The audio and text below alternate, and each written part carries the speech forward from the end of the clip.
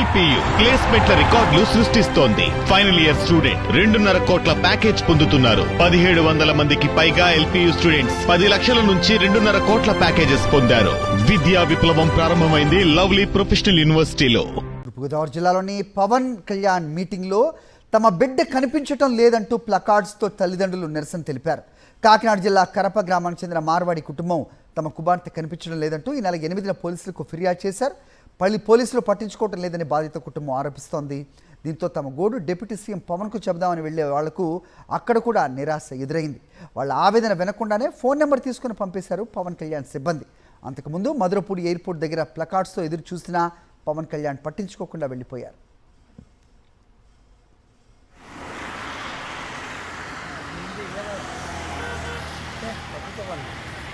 సర్పంచ్ 14 సంవత్సరం అమ్మాయి మిస్ అయిపోయిందండి. రైట్, ఇదే అంశంపై అప్డేట్స్ మా కరెస్పాండెంట్ హరీష్ అడిగి తెలుసుకుందాం. హరీష్, చెప్పండి.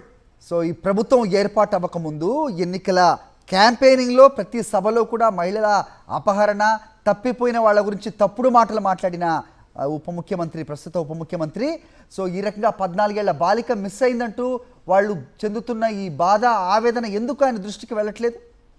ఏం చెప్తున్నారు వాళ్ళు? వాళ్ళతో మాట్లాడడం జరిగిందా మీరు?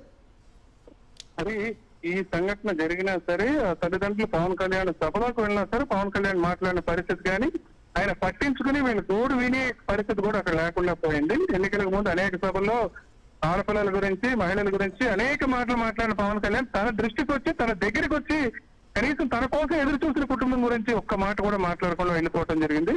ఇది కాకినాడ జిల్లా కరప మండలంలో గోవిందు, లీలా అనే భార్యాభర్తలో వాళ్ళకి 15 ఏళ్ల కుమార్తె ఉంది. కొద్ది రోజుల క్రితం ఆ అమ్మాయిని ఒక అబ్బాయి తీసుకెళ్లిపోయాడు, కిడ్నాప్ గురైందని చెప్పి వీళ్ళు తీవ్ర ఆవేదన వ్యక్తం చేస్తూ పోలీసులకు చెప్పడం జరిగింది. పోలీసు కంప్లైంట్ చేశారు. కాకినాడ జిల్లా ఎస్పీ దృష్టి కూడా ఈ సంఘటన తీసుకెళ్లడం జరిగింది. అయితే ఎక్కడా కూడా తమకు ఎటువంటి న్యాయం జరగలేదు, తమ బిడ్డను వెతికి పెట్టే ప్రయత్నం ఇంతవరకు ఎవరు చేయలేదు, తీవ్ర ఆవేదన వ్యక్తం చేస్తూ ఇవాళ డిప్యూటీ సీఎం పవన్ కళ్యాణ్ రాజమండ్రి వస్తారని తెలుసుకుని రాజమండ్రి ఎయిర్పోర్ట్ దగ్గర ప్లకార్డులు పట్టుకుని వాళ్ళు ఉంచోవడం జరిగింది. కేవలం ఆయన దృష్టిలో పడితే తమ గురించి పట్టించుకుంటాడు, తమ బిడ్డను వెతికి పెట్టే ప్రయత్నం జరుగుతున్న ఆలోచనతో వాళ్ళు వెళ్ళడం జరిగింది. అయితే భద్రతా కారణాల దృష్ట్యా ఎయిర్పోర్ట్ సిబ్బంది పోలీసులు అక్కడి నుంచి వాళ్ళు పంపేయడం జరిగింది. దాంతో వాళ్ళు రాజమండ్రి పుష్కర్ ఘాట్ లో ఏదైతే అఖండ గోదావరి ప్రాజెక్ట్ లాంచింగ్ ఉందో ఆ ప్రాజెక్ట్ లాంచింగ్ సభకు ఖచ్చితంగా పవన్ కళ్యాణ్ హాజరవుతాడని ఆ సభకు రావడం జరిగింది. అక్కడ కూడా ప్లే కార్డులు ప్రదర్శించారు. దాంతో వాళ్ళు స్టేజ్ దగ్గరికి అయితే రమ్మన్నారు. దాంతో చాలా ఆనందంగా తమను పిలుస్తున్నారు, ఖచ్చితంగా తమ గోడ వినే అవకాశం ఉంటుందని అక్కడికి వెళ్ళడం జరిగింది. తీరా చూస్తే స్టేజ్ దగ్గర వాళ్ళని ఆపివేయడం జరిగింది. కనీసం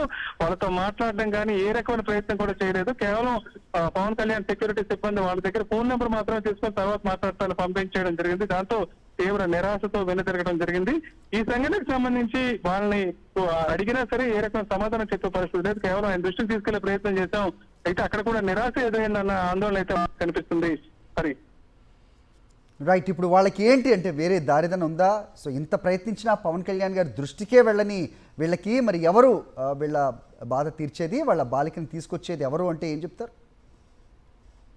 పోలీసులు ఈ విషయంలో ఖచ్చితంగా ఇనిషియేషన్ తీసుకోవాలి. అసలు ఆడపిల్ల ఎందుకు ఎలా మిస్ అయింది, ఎవరు తీసుకెళ్లారు, వాళ్ళు ఆరోపణ చేస్తున్న వ్యక్తి ఎవరు, దాని మీద పూర్తి స్థాయిలో ఇన్వెస్టిగేషన్ చేయాల్సిన అవసరం ఉంది.